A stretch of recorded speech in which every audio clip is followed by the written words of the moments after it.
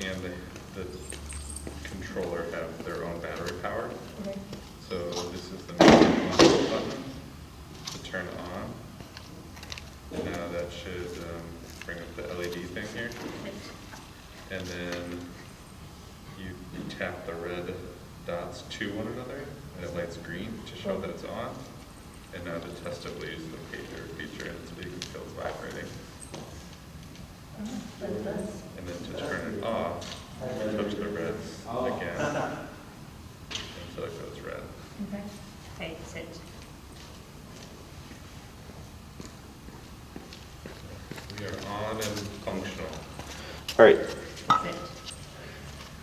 Sit. Is that just a gentle leader, or does she have a black collar as well? Just a gentle leader. Okay. Click here. So you're gonna want to flip to this turned on. To either if she's wearing a black collar or a black collar, because you won't be needing. Nervous.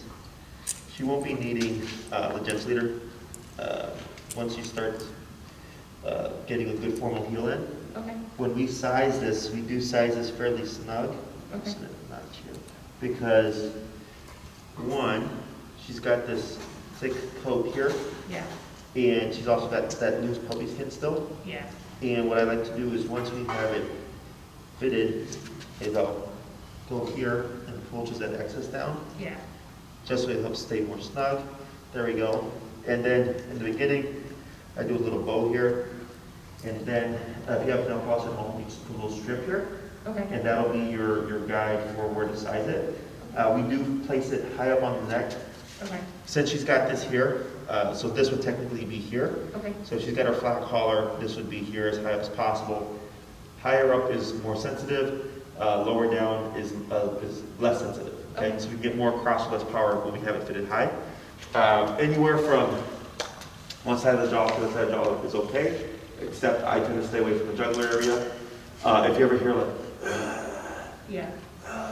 probably too tight, okay, so then loosen it up. Otherwise, it is fitted snugly so that we get those probes to go through the fur, because the fur does act as a buffer. Okay. And what will happen if it's fitted too loosely, you won't have any contact, you're constantly going up. Next thing you know, you're like at 100 and she turns her neck and then there's contact and then she feels it, okay? Yeah. Questions so far? Nope. Okay. And then the other two videos you'll see as well where I fit in all that stuff and I go over it in case you need more information on that, okay? Okay. Great. Anything else? So far, so good. Should I take off her dental leader? No, so you're not going to clip to the e-collar, Okay. because if you clip to the e-collar, if there's any tension or if you're pulling on it, it's going to inhibit the contact. That makes So for today, we're going to keep it on her dental leader. Does she happen to have a flat collar? Yeah. She does? Is it a snap buckle or a flat buckle? We've got the snap. A snap? If we Okay. can get a flat one, it would be helpful. I would suggest a flat buckle. Okay. So snap buckles, if there's any tension, can break. Okay. What you could also do is just keep her on the gentle leader. Once you feel like she's got a good handle on the heel, then you can transition to your snap. The concern is if she's pulling, I've had dogs break that snap. Okay. So I always just do flat buckles because they're Okay. secure. Yep. Otherwise, you can start with this in the beginning. Once it's solid, then you can go ahead and apply your regular snap buckle, so there shouldn't be an issue because she's already trained to walk nicely. Great. Okay? Okay. Yep. Other questions? Not yet. Yeah, no, not yet. I've got it set on 16 right now. I just Sure. picked the number between 16 's 15 and fine. 25. Yeah, so what we're gonna do here is we're gonna find what we call the working number. So we have 3 levels. We have the connection level, perception level, and then working level, okay? Connection is, Josie could be looking at a squirrel, and you'll see the twitch happening, but she's unfazed, okay? She's still staring at the squirrel, she could care less. Perception level would be she feels the twitch, and then kind of looks around, but isn't too deterred, and she's like, whatever. Working level is she feels the twitch, and you get the, whoa, what was that? So it's a much bigger response, okay? We want to find that working level depending on what the environment is, if it's going to change. So here it could be like, let's say it is 16, and she's perfect, and we teach her everything, but outside it could be 36, Sure. okay? Because now you're having to contend with other stimuli. So never get married to a number. That number may change according to what's going on, whether there's dogs around or it's an empty environment, or if she's under stress. So I teach people how to recognize their dog's general range, but then also just how to adapt to situations because life is not black and white. Sure. Okay. So the first thing we're going to do here is you're at 16, right? Yep. Is you're going to press that bumpy button on the side labeled Nick, We're gonna look at Josie, and I'm gonna have you go into shorten your leash a little bit, and we're gonna keep her as stationary as you can. That's good. And when I say the word tap, you're gonna press on that button, okay? Okay. Tap, tap, tap. Do you see that little twitch? Yeah. Okay. Or yours like kind of moved just a little Right, bit. but she wasn't too phased by it, so we're gonna go Yeah. to 20 here. Okay. And if you land 19, 21, that's fine, just general range. Okay. Tap, tap, tap. Okay, so that's kind of perception level. You see how she starts to just kind of fidget around? Let's go ahead and bump it. Let's go to 25-ish. Tap, tap, tap. Okay, still kind of perception level. Let's try 28. Tap, tap, tap. 30. Getting close. And tap, tap, tap. There we go. Let's go back down. We're going to go to 26. Okay, and tap, tap. Right there. We're going to use 26. Okay, so don't worry about the pining. It's because it's completely foreign to her. Okay, as we expose her to it more, that number may dip or it might go up because she might become familiar with it. Okay, so what we're going to do here is we're going to teach the heel. Whenever we teach a dog e-collar, the first thing we teach almost every time is the heel command, because as you saw here when you were tapping, Josie started to move. That make dogs move. So if and a dog's first instinct typically is to move away, okay, because she wants to get away from the discomfort. So we use a moving exercise, aka the heel, to teach her how to turn on and how it turns on and how it turns off. But then also to teach her never move away from me when you feel this. If anything, move into me. Okay. Questions so far? Who's going to go first? You want to do it? Sure. Okay. So go ahead and take there, and you're going to be pressing that button on the side.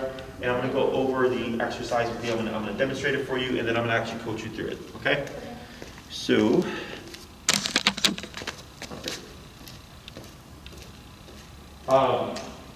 there's just going to be a couple of things. One, of course, when I say tap, you're going to tap on that button. I train traditionally on the left. You guys fine with the left? Sure. Yep. Okay. So we want to pick a consistent side because it makes things easier. If you try to do both, she's going to get confused because she won't know exactly which side to go to. Okay. So if we're going to have her on the left, a very simple exercise. When you start walking with Josie, and she gets ahead of you, I'm going to say turn. When I say turn, you're going to make a 180 turn immediately to your right, and you're going to be going back the opposite way. Okay. Then Josie's going to speed ahead, and I'm going to say turn. You're going to turn like this. Now you're going this way. Turn this way. Turn this way. Right. Now, when I have you do the turn and we'll start walking, I'm also going to say the word tap. So it's going to be, she gets ahead, turn, tap, tap, tap, good. She gets ahead, turn, tap, tap, tap, good. Gets ahead, turn, tap, tap, tap, good, right? So, you're tapping, and you're going to continue tapping as I say tap, until Josie lines up with your leg, but because we're going to be, she doesn't know what to do exactly, she's going to pass you. So you're going to be doing a lot of just turning back and forth.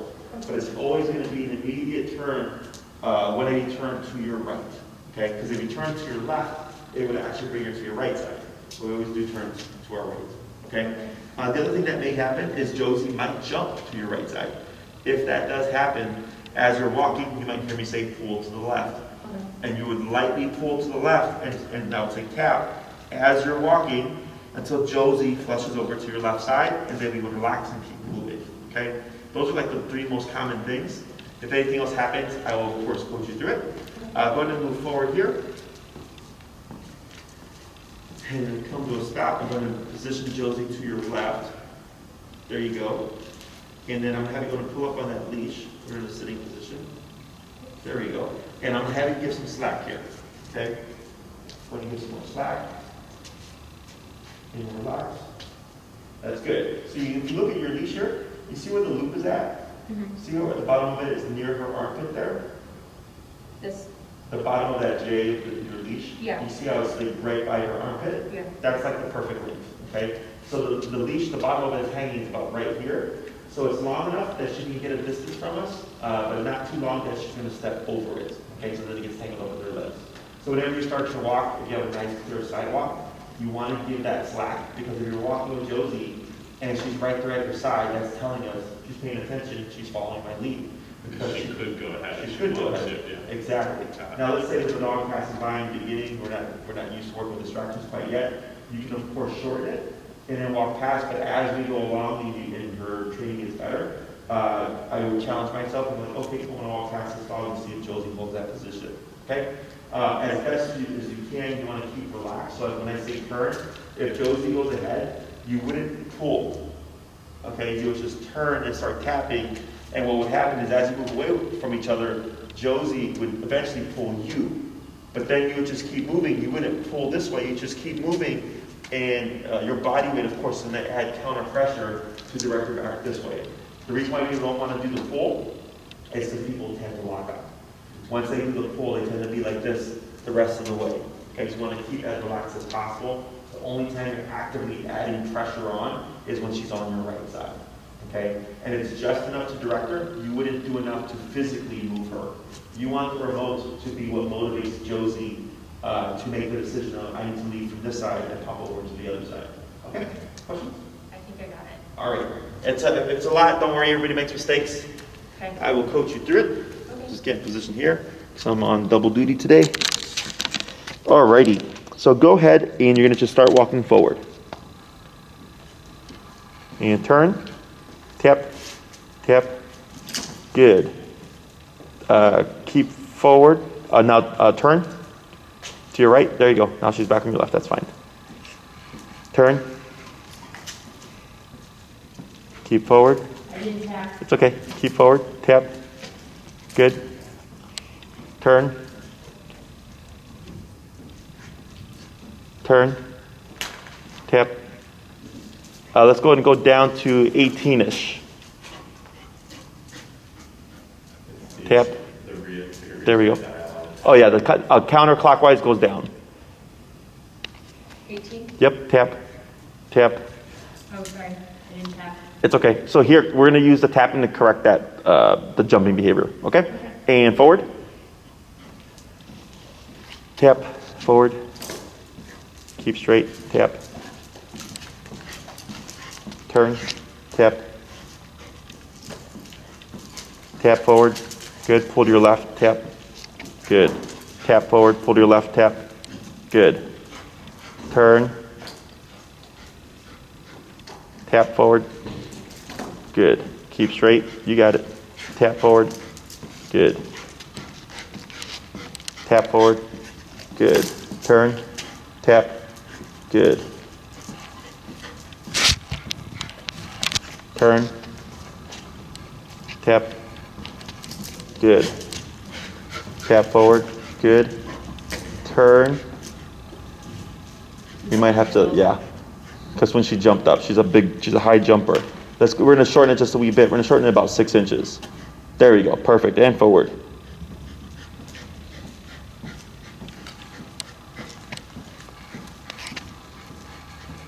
Pull to your left, tap.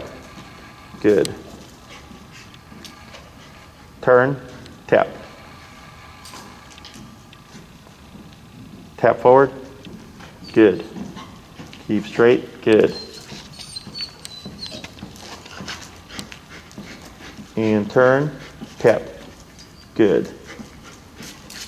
Keep straight. Tap forward. Good. Pull to your left, tap. Good. Tap forward. Good. Leash under her legs there. And I'm going to have you go down to 14.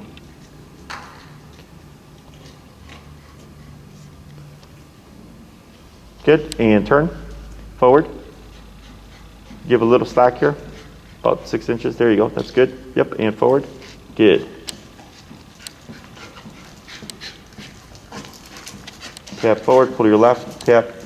And turn. Good turn. Tap forward.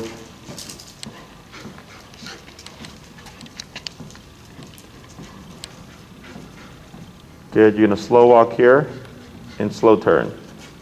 That's fine. Good. And pick up your pace. Sorry. Pick up your pace. Tap forward. Pull to your left forward. There you go. And turn.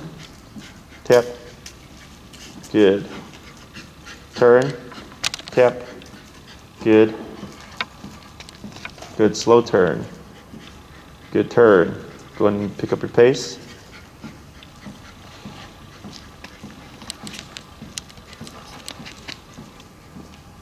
Pull your left tap. Good. Slow turn. Good. Go ahead and speed up. Go ahead and slow walk. Tap forward. Good. Slow turn. Good turn. Tap forward. Keep forward. Turn. Tap. Tap. Good. Slow turn. Good. Pick up your pace. Turn. Tap. Tap. Good.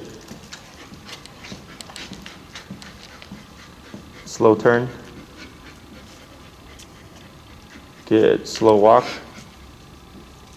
Yeah, just keep straight here. Yep, power through. There you go. Good. Tap to your left. There you go. Good. Good. Slow turn. Good. Tap forward.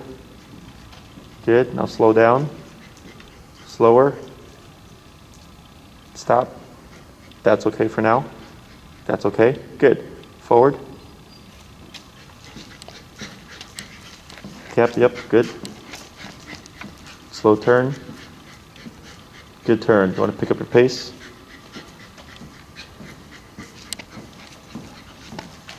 Go on slow walk. Slower. Stop. Good. Forward. Slow turn. Good. Now I'm going to have you pick up your pace drastically over here, okay? Now slow. Good. Slow turn. Good. I'm going to pick up your pace.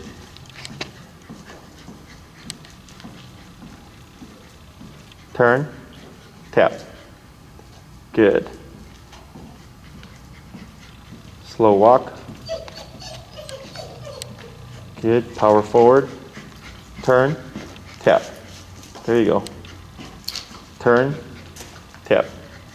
Good. Slow walk.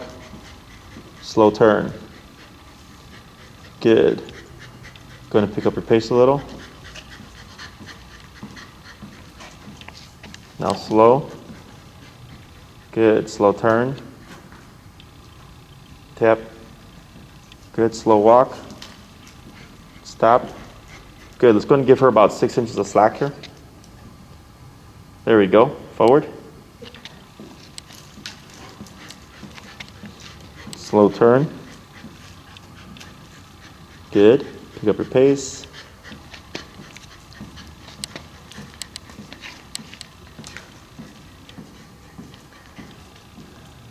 Good. Slow. Slow turn. Good turn. Slow down a bit more. And stop. Very good. Okay, we're going to take a pause right there. So what did you see? She was getting ahead of me a little bit. Uh-huh. But she definitely figured it out by the end. Right, she started to follow more of your lead. Right? Yeah. What were some signs that she was actually following your lead? No more doping. Okay. We stopped having to do the correction on the turn. Okay. Seemed to stick pretty close. Uh-huh. She sped up and slowed down. Yeah, that's Yeah. the biggest one. Okay. So we have two types of turns here. We have the turn and the slow turn. The turn is when she's passing you, she would abruptly go the opposite way. Okay. Okay. And the slow turn is when I start to see Josie was being mindful. Okay. So you guys drive, right? Mm-hmm. What do you do before you stop? What do you do before you turn? Turn signal.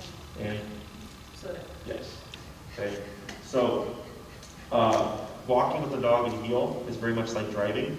Is the reason why we stop before slow down before stop is if you abruptly stop, the person behind you is going to crash, right?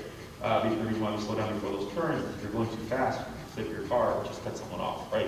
You gotta give signals saying like, hey, I'm doing something different than the rest of you, right?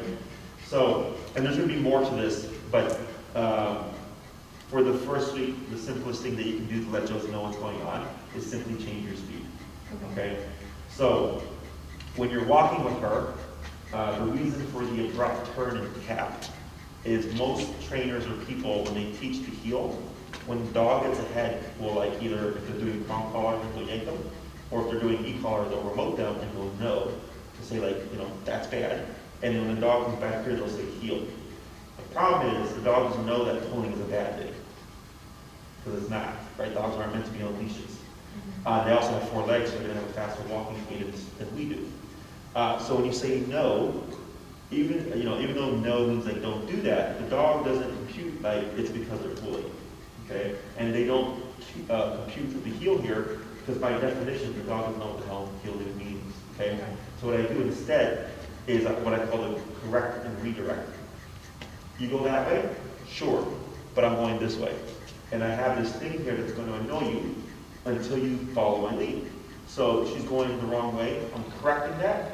But I'm going the opposite way, so I'm redirecting her on follow me, okay? So that's why fine networking level is so important. So 24 was too much for her, so then we went down, and then we went down again, we're at like 14-ish, right? Right. That may change according again to the environment. So if we didn't have a number that was concerning for her, you would be turning all day, okay? Yeah. So e-collar should never feel like an argument. I have like my 3 tap rule, which I'll talk about later, which is, if not by that first tap, by the third one, I want to see a shift in behavior.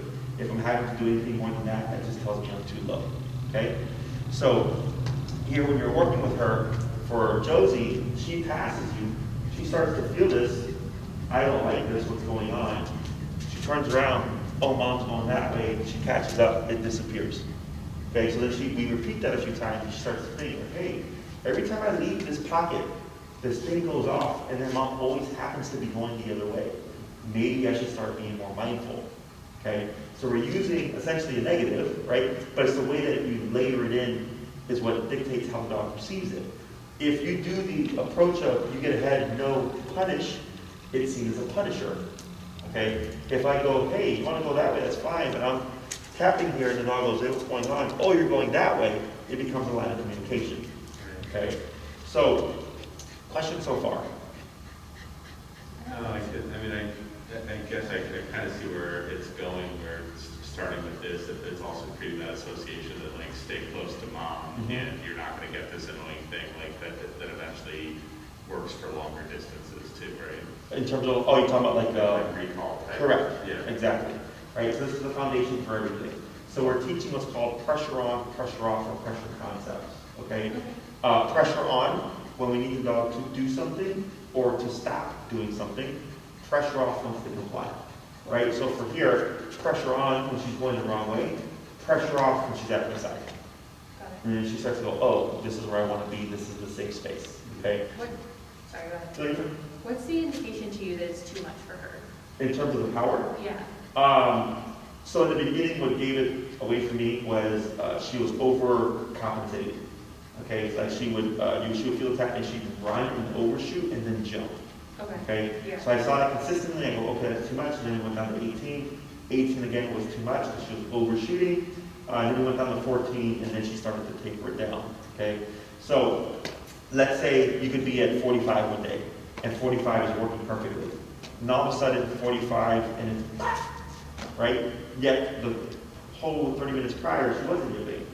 Probably good contact. Something shifted. That tells me, oh, probably too high now. I dip it down and I go by the reaction. If it's a really big reaction, I usually go halfway down. So if I'm at 50, I'll go down to 25. If it's a subtle like whoop, then I'll go down to like down 10 levels, 35 or whatever. Okay. As you do this more, you're going to learn to read her better and just naturally go up and down. Okay. If you do get a yip or anything, as bad as it may feel, don't console her. Okay. Because then you create a pattern of like, if she gets an overhit and she makes a big spiel about it, you're like, oh my God, I'm sorry, sweetie. She learns, oh, I'm supposed to react this way when it's that harsh.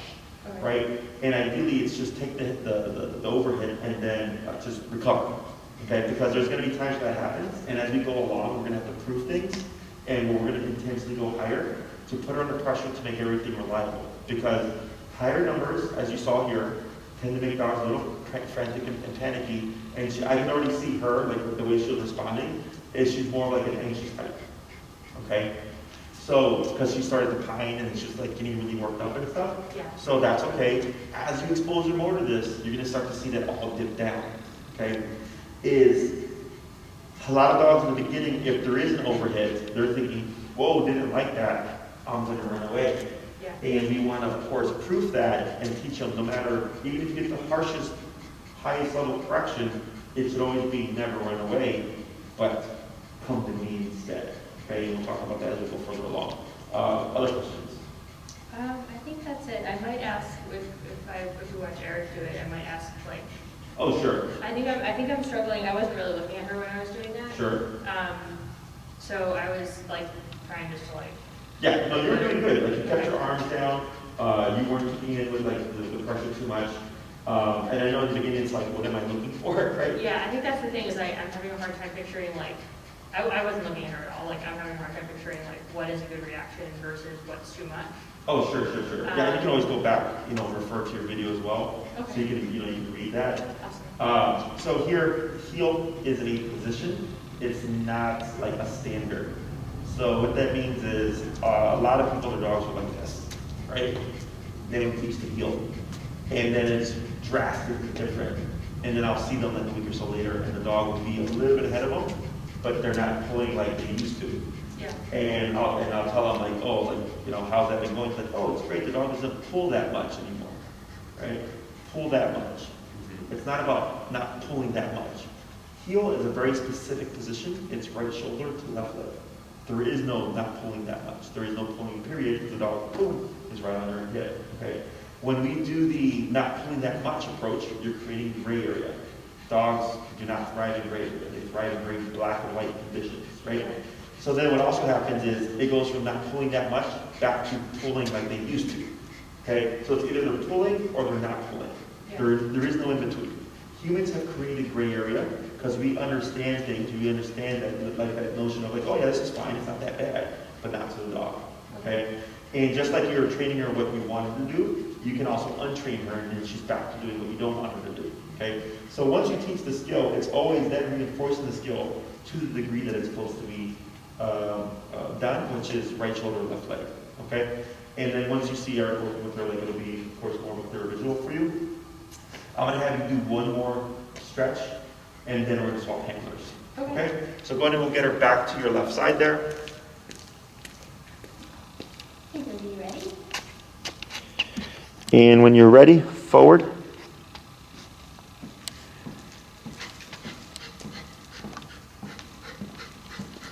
Good, slow. Good, slow turn. Excellent. And then pick up pace.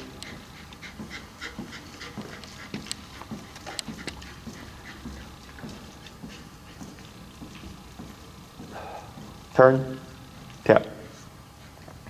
Good. Turn, tap. Right, good. Slow turn. Good. Keep forward. Good. Keep straight. Power through. Good. Turn, tap. Good. Let's go down to 10. And then here you could just pivot to your right, and she's back on your left. There you go. And give about 6 inches of slack here. Very good. And forward. Turn, tap. Good. Turn, tap. Good. Good. Slow turn. Good turn. And forward.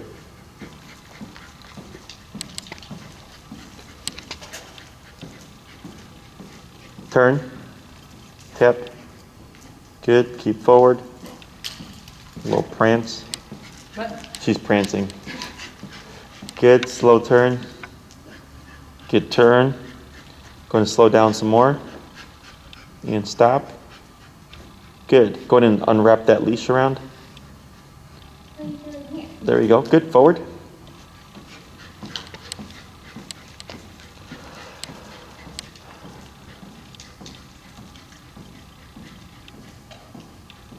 Good. Slow to slow turn. There you go. Good. Forward. Tap. There she goes. Good. A little distracted there. Now slow walk here. Tap forward. Tap. Tap. Tap, tap, tap, tap, tap, tap, tap, tap, tap. There she goes. Yep, tap. Tap, tap, tap. Tap, tap, tap. There she goes. Good. Slow turn. Slow walk. And turn. Tap, tap, tap, tap, tap, tap, tap, tap, tap, tap, tap, tap, tap. Let's go ahead and bump it. You're at what now? 10. Let's go ahead and go to 14. And you're going to keep where you are, just how you are. Tap, tap, tap. 18. Tap, tap, tap. 22. Tap, tap, tap. 26. Tap, tap, tap. 30. Tap, tap. There she goes. Good. And slow turn. There you go. Good. Forward. And turn. Tap. Tap.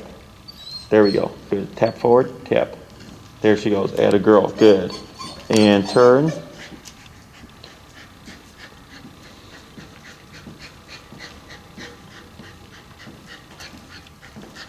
Turn. Tap. Tap. Tap. There she goes. Good. Slow turn. Good. And forward.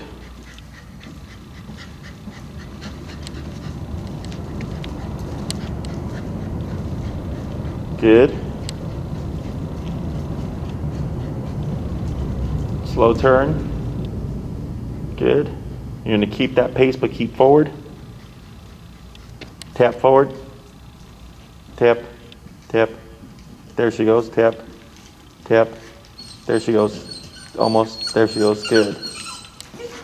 Good. Going to pivot to your right. Good. Pull. There she goes. She went. See how she went straight to the left side there? That was good. One more. Yep. Forward.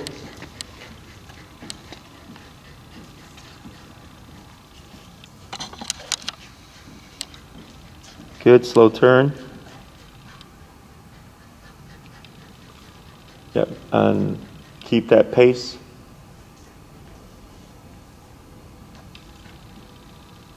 Right. She thought about it. Going to slow down to a stop here. Very good. So the reason why she starts to do that right there is she's becoming, she's overloaded. Stress. Okay? Part of the process. So for her, when she locked up and she's like, Dad, right? It's kind of like kids when one parent's disciplining them, they run to the other parent. Same thing here, right? She was doing great at that, that lower range, and all of a sudden she's like, I've had enough. I need an out.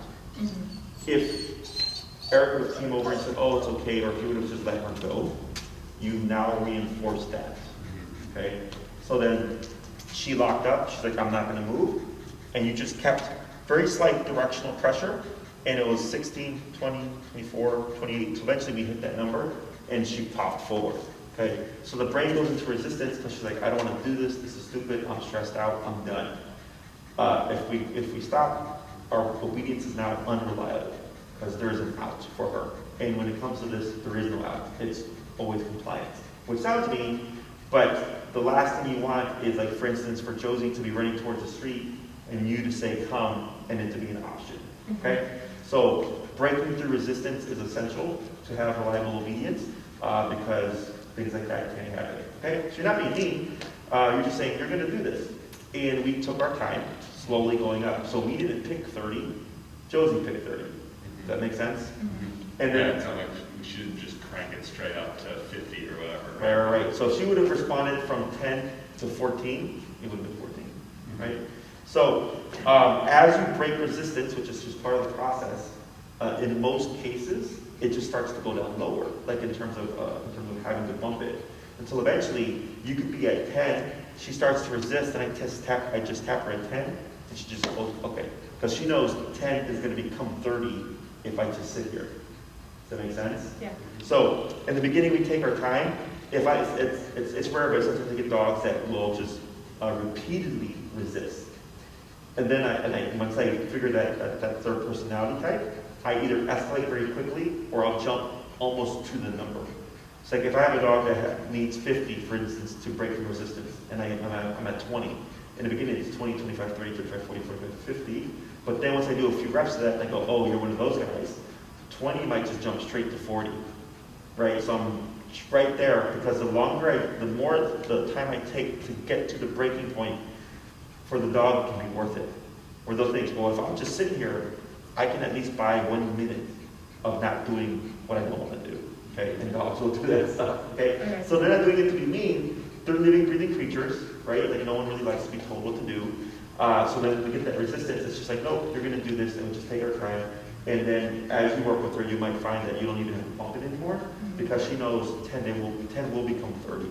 Okay, and then you did a few pass bys, and she had a couple where she was like, Dad, and you corrected her. So then on this last one, I said, keep your pace, and it was fairly slow. So that slow pace is really tempting for her, right, of wanting to go off, because she's like, Dad's right there. It's right there, right? And she even glanced at you. I don't know if you saw it when I said there's. And then she was like, okay, nope, that's not an option. I just have to deal with this, right? But then what she learned was, oh, as long as I just move with Mom, and I'm boom on that hip, nothing happens. Okay? Questions? But if we're inconsistent, where like either I'm consoling her in that phase, or the handler is giving up too quickly, then it leads to that like inconsistent obedience you're talking about. Correct, right? And I've had dogs sometimes lock out. Today I had a dog that was really probably one of the more severe cases of like not wanting to do the behavior. And I told the lady, I was like, this is out the ordinary, but you're gonna have to focus on this for like the next week because your dog really does not want to do it. But we need to get past that point in order to get the dog to progress. It's not gonna happen here. But definitely, had she stopped at any point, the dog goes, aha, I can win, right? So always, let's say for whatever reason, Josie resists and it takes you 15 minutes before you get her to break, the fact that you took the 15 minutes means a ton. Because then she's gonna go, hey, it doesn't matter, like he's not gonna give up. He's gonna get his way. So the next time it becomes 7 minutes, and the next time 3 minutes, and then a minute, and 30 seconds, and then 15 seconds, and seconds, right? But I always commit to at least get the dog to do it once. If it's like, crap, I ran out of time, it's perfectly fine because you took the time to commit for that one thing. And as long as she doesn't trigger again, and then you decide like, oh, I'm gonna give up, it doesn't matter. You still make progress. Okay? Let's go ahead and swap handlers here.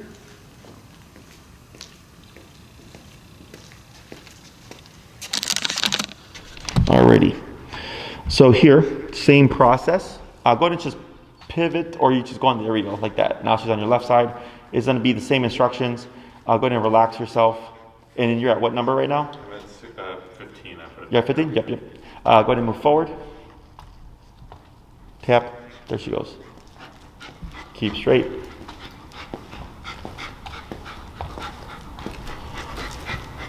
Go on a slow turn. Good turn. Go ahead and pick up pace.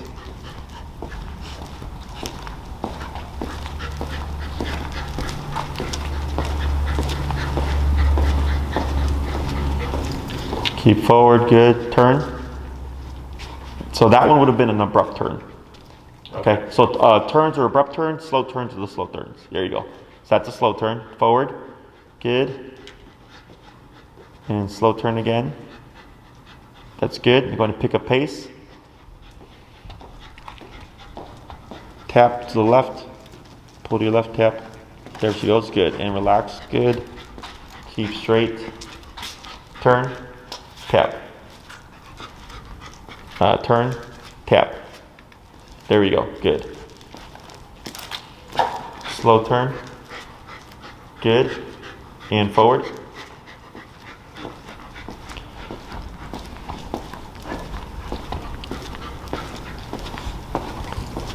Good.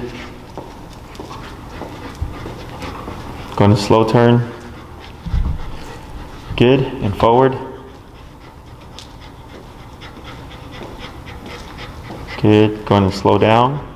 Tap forward, tap, tap, tap, tap, tap, tap, tap, tap, tap, tap, tap, tap, tap, tap, tap, tap, tap, tap. So now she's locked up again, right? So you're gonna bump it, right? There she goes. Good. What's that number? 25. Okay. Tap forward. Tap forward. There she goes. Good. And turn. Good. Go ahead and adjust your number back down again. Go 15, 18-ish. Good. Keep straight. Good. Turn. Tap. Tap. There she goes. Good. Yep. Keep forward.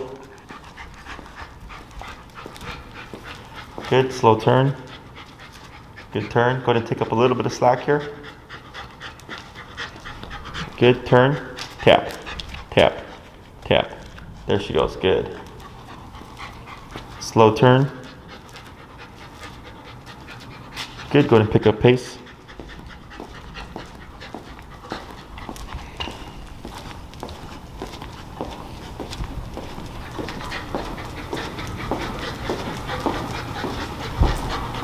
Good. Slow turn. There you go. Good. Go ahead and pick up your pace. Tap forward. Tap forward. Tap. Good.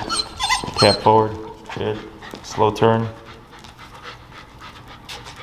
Good. Keep forward at that pace. Going to go slower. Going to stop. Good. Go ahead and, so here, because she's done this a couple of times, where she's kind of hugging over. Mm-hmm. Don't worry about stepping on her, just power through. Yeah, I stepped on her feet a little bit turning over there at the end, but she'll learn, right? Yeah. What happens is as she starts to curve in, most people will angle out, right? And if anything, I move into the dog to claim space. And then what she ends up learning is if she, because right here when you're stopping, she started to curve around. The reason why this is happening is because we keep making right turns. Okay, so whenever you slow down, she might be assuming like, oh, you're gonna do a slow turn, right? So she's assuming. So if that starts to happen, I'll just power through mainly with the right leg, because if she's crossing over and I bump her with my right leg, it'll push her off to the left. Because if I bump her with my left leg, it'll most likely bump her off to my right. Okay? Yeah. So if she starts to do that, just power. When I say power through, I mean like assert yourself and just move in. As most people tend to slow down or like they'll kind of move around the dog. And if you move around them, it'll be a forever problem. Okay, when you power through, she goes, crap, if I get in the way, dad just walks right through me and that's uncomfortable. Okay? I'm gonna have you go to you can walk forward and you're gonna curve off to your left there. Okay. There you go, tap. There she goes, add a girl. Yeah, you go, power through right there. There it is, good job. Turn, tap. Good, go ahead and pick up pace.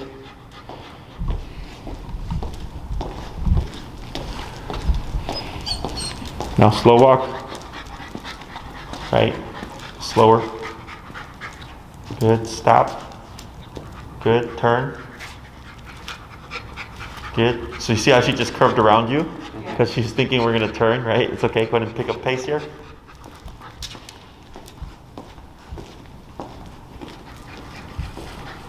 She's smart for her own good. Go ahead and slow the slow turn. There you go, and come to a stop there. Good. So you see how like her right shoulder is next to your left leg? Okay, so that's the like perfect heel position. Now what you're gonna do here is take 3 steps. Okay, not too bad. You're gonna take 1 big step. Okay, 5 steps.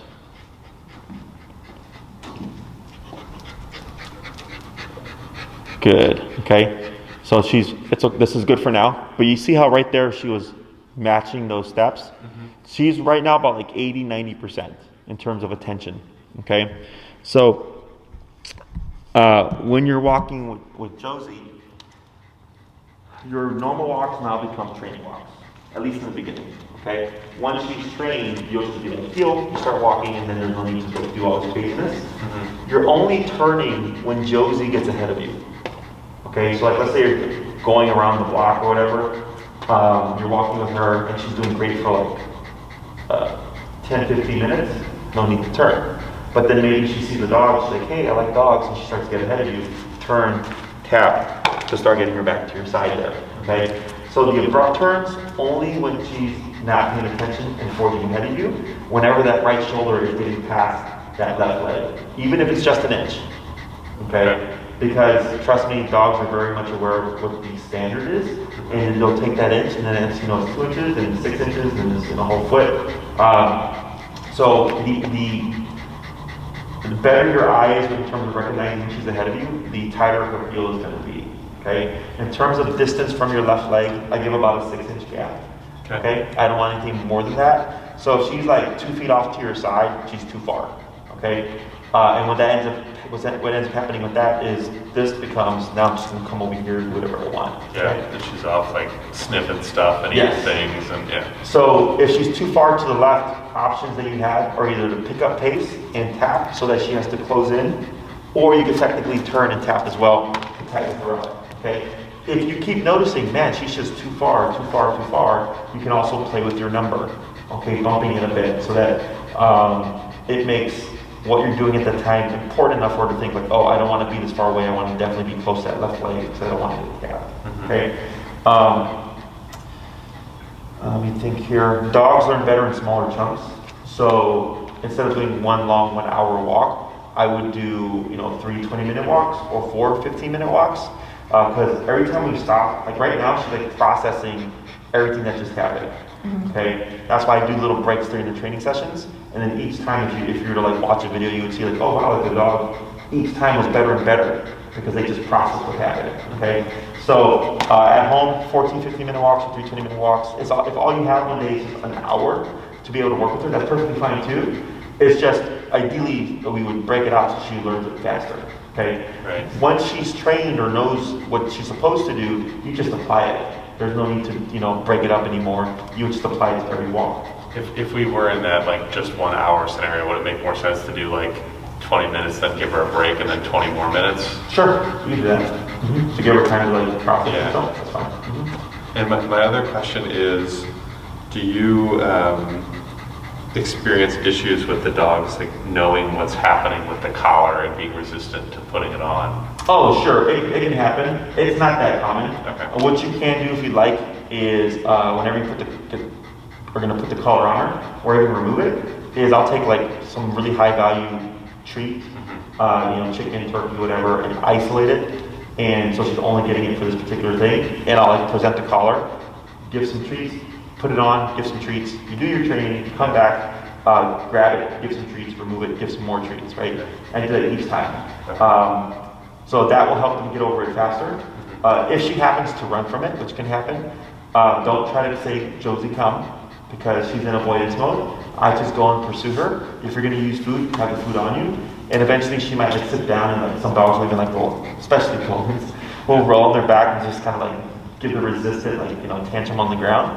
I just go and like I put it on them, loop it up, give the food, and then like pretend like it's not even happening, so that they learn like, okay, that response is not going to get anything. Yeah, that makes sense. Because I remember her being like that, like a little like scared of the gentle leader at first, and now it's second nature. So it's just sure we've got a plan.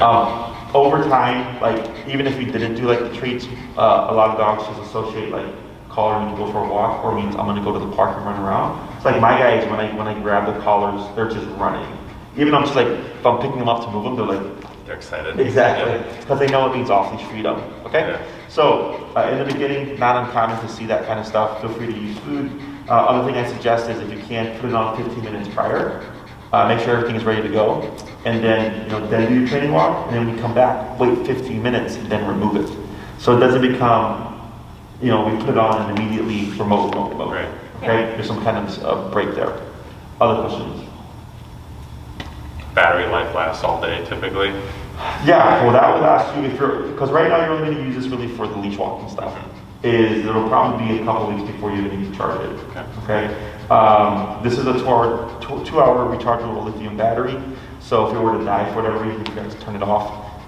You put it in plug in for 30 minutes. You're going to get a good amount of juice. 2 hours is going to give you a fully charged collar. Okay. I think I heard you say earlier, but that battery signal on your remote has nothing to do with your collar. They're two different things. That gives you the remote battery life. Okay. Okay. And from experience, the collar itself tends to die faster. Okay. Okay. Yeah, you shouldn't have to charge it more than once every week and a half, maybe a couple weeks, at least at this stage. And as you start using it more, then you might find yourself charging it more frequently. Okay. Other questions?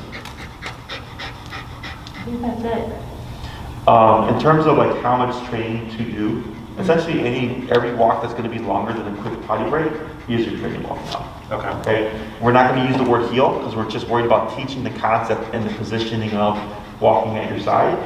So essentially what's going to trigger everything is, for instance, you go outside, give Josie her potty break, put that business out, right? Once she's done, you're going to start walking with her at your left side, not immediate here, but just her like over here. You're going to start tapping, and you're going to see her just position herself. Okay, so actually I think when you took her at some point, she went to your right and then right away just swooped over and went to your left, and I said, oh, did you see that? She corrected herself. Because she's associating that tap means to move to that specific side. Before you do start your training, you want to make sure you find that working number first. Right. Okay, don't just think 15 worked earlier, someone just start at 15, because you may not have connection. Okay, so after she's done that potty break, you can start at 10, give some taps, and what you most likely see is now that she's got an association, is she'd most likely move over to your left side. Okay, so once you see that, you know you have either the perception or working number, and then you can begin the walk. Knowing when to bump it, let's say, so I have my 3 tap or 3 correction rule.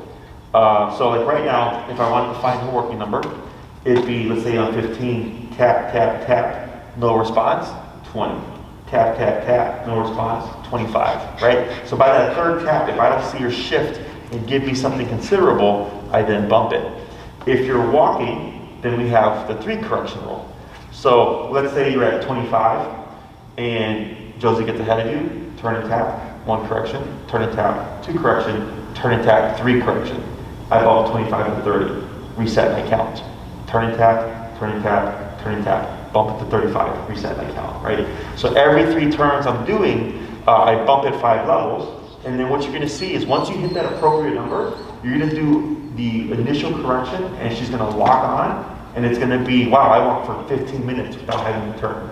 Whereas earlier it was every couple of steps, right? Okay. So once you get used to like you recognize like, oh wow, like that was really easy. Because remember, e-collar should not be an argument. It should be fairly smooth. So once you find that number that overrides the stimulus in the environment, you should see her right at your side and it's just trucking along with you for a good little while, okay?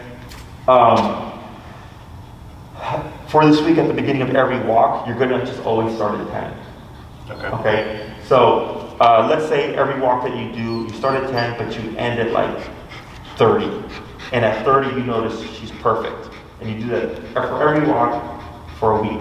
And you come back and I'm like, how'd it go? You're like, oh, it's good. She was learning towards the end of the walk how to walk really well. She was usually perfect by the end of the walk. And I'll say, what was your number? And you'll say like almost always 30. So then I go, okay, then it's safe to assume you can start like at 25 or 30 for this going forward, because you've done your research and 30 is always that number that got her to be as close to perfect as possible.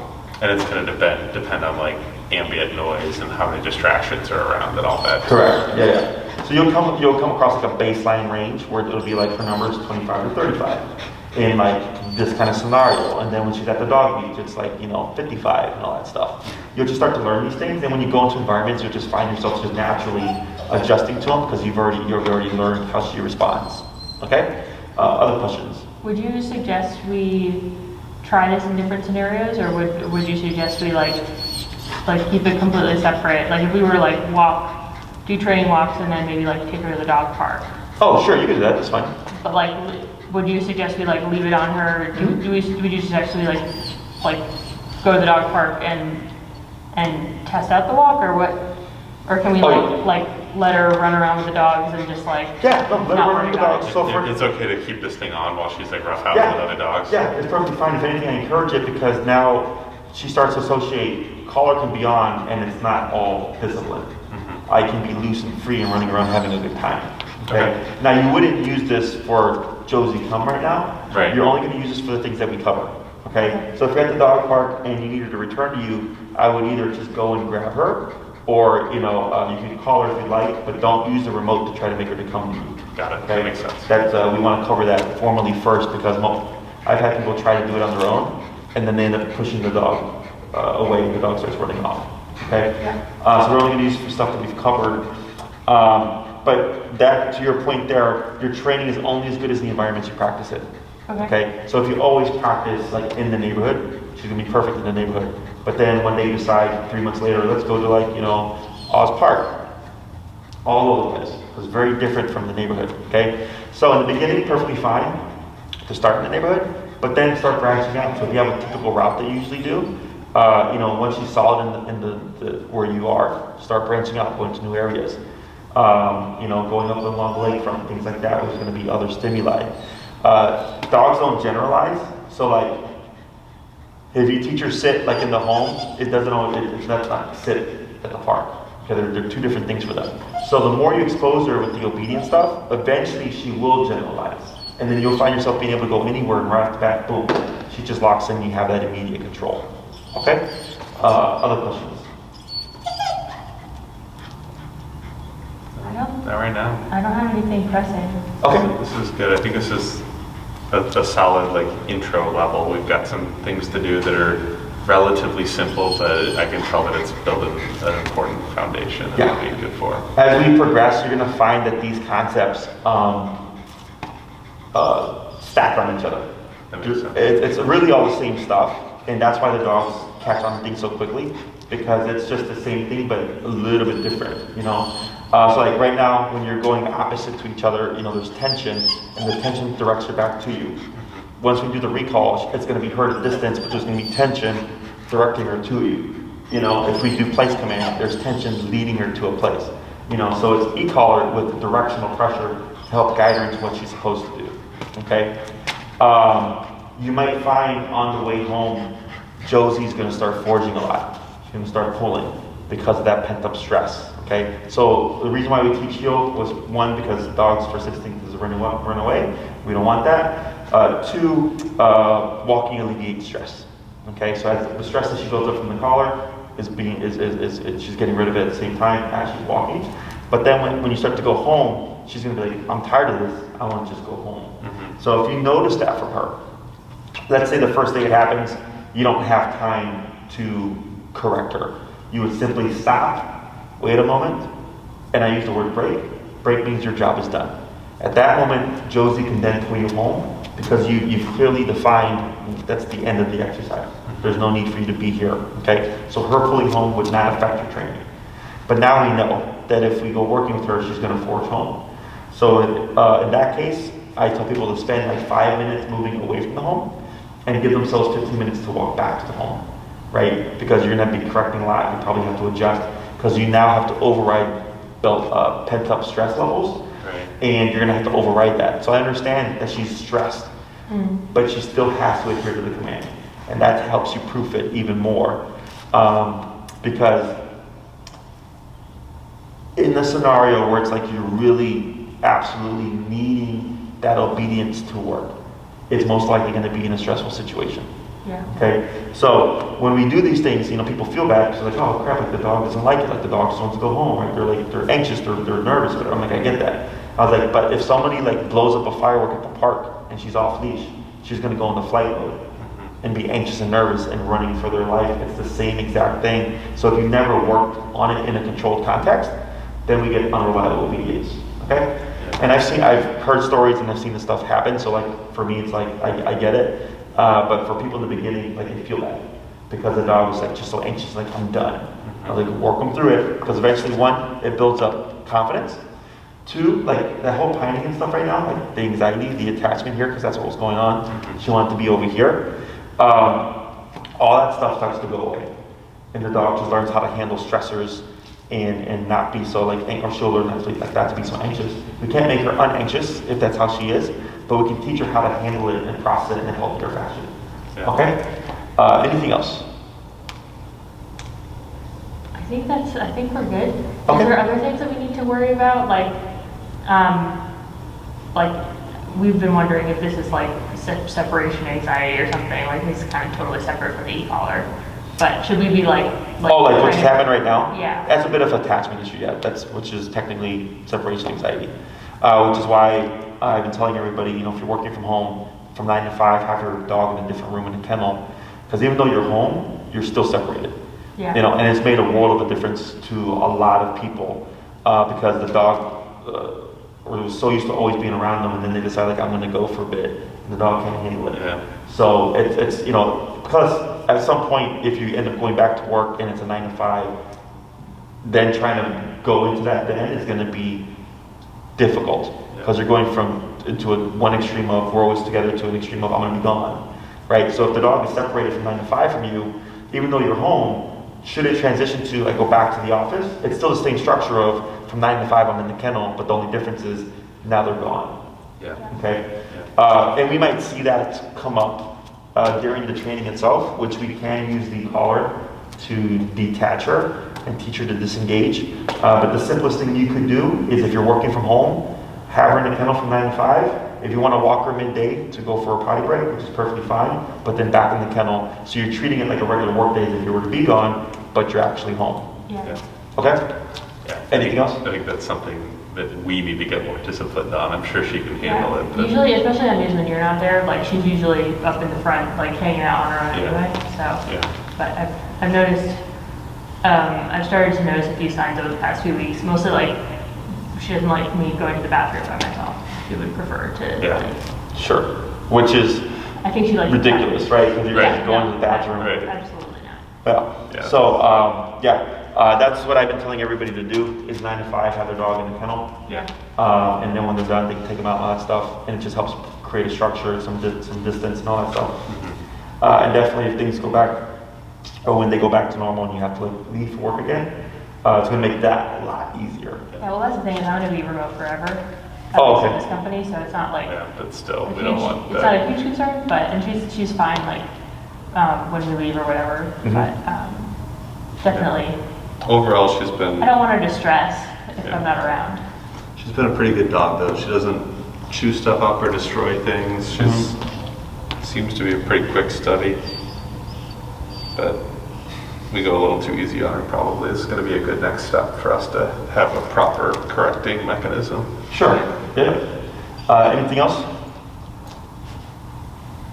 Not that I know of. Okay. So for this week, you have your homework. And then at the end of the day, to go potty, you would simply come to a stop, wait a moment, and then cue break, and then she's free to like pee and poop if it's during a walk. But when she's in that healing exercise, there's no stopping to sniff or greet a dog or anything like that. She's at your side. And then like right now you can cue break. She's most likely going to want to forge out because she's stressed about being here, which is perfectly fine. And then just when you work with her, just make sure, keep an eye on the return home. If it seems difficult, then just think to yourself, okay, we're gonna have to make, spend a little time going this way and give ourselves a lot of time coming back home.